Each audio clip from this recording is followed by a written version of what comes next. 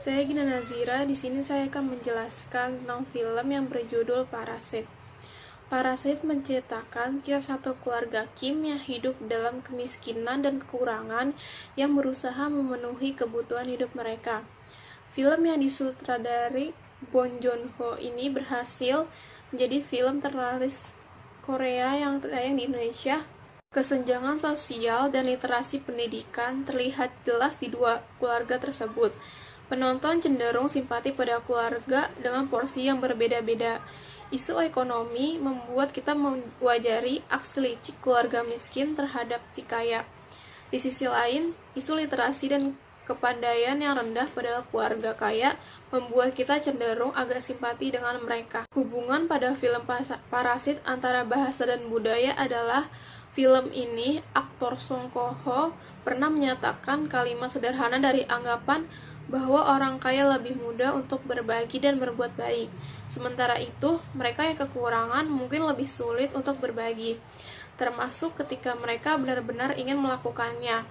Kondisi tersebut terlihat jelas dalam sajian utama Parasit, yakni orang kelas bawah malah saling memangsang ketimbang menyatukan kekuatan. Dalam budaya tersebut tidaklah pantas untuk dicontoh, karena membawa penonton kepada realita di mana tak semua masalah bisa langsung diatasi lewat perencanaan. Halo, nama saya Sekar Harum Kinanti. Di sini saya akan menjelaskan hubungan antara culture shock dan adaptasinya ke dalam film Parasite.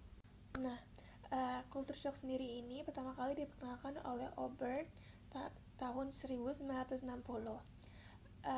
Ia menjelaskan bahwa culture shock merupakan gambaran atau respon yang mendalam dan negatif dari depresi, frustasi, dan disorientasi yang dialami oleh orang-orang yang hidup dalam suatu lingkungan atau budaya yang baru.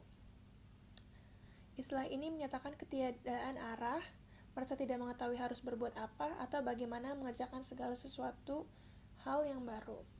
Nah, contohnya dalam film ini tuh bisa dicontohkan ketika diperankan oleh Jong Suk. Jong Suk itu adalah seorang asisten rumah tangga. Dia tidak pernah menjadi pengalaman jadi asisten di rumah tangga yang mewah sebelumnya. Ia sulit beradaptasi dengan barang-barang yang terdapat di rumah majikan tersebut. Ia juga mengalami kebingungan dalam berbicara dan berperilaku seperti asisten rumah tangga umumnya. Namun ia mulai beradaptasi dengan menanyakan cara penggunaan teknologi dan cara bicara yang baik dan benar saat bekerja dari anak-anaknya. Penjelasan yang sudah dipaparkan oleh teman-teman saya, di sini saya ingin menjelaskan tentang kesimpulannya. Jadi di dalam film Parasite ini tuh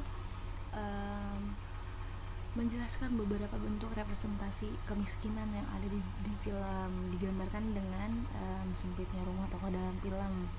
Terus di mana Pak Kim hidup sebagai pengangguran, cara orang miskin berperilaku dan berbicara, serta lingkungan rumah yang cara hidupnya itu dikejar-kejar hutang.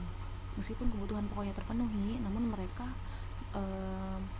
memiliki perbandingan ekonomi dengan keluarga Pak Park, membuat keluarga Pak Kim ini masuk ke dalam kategori miskin yang relatif, sehingga Pak Kim ini tuh pengen banget jadi kayak keluarga Pak Park, dan bagaimana caranya dia bisa mengelabui masyarakat untuk menjadi kayak keluarga Pak Park itu tersebut.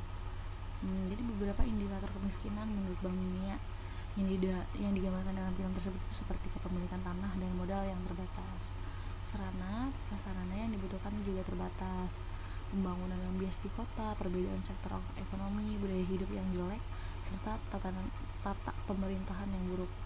Film Parasite membawakan pesan masa dari komunikator, yaitu dengan mempresentasikan realitis kemiskinan yang ada di Korea Selatan seperti apa yang ditemukan di dalam adegan, setting, serta dialog.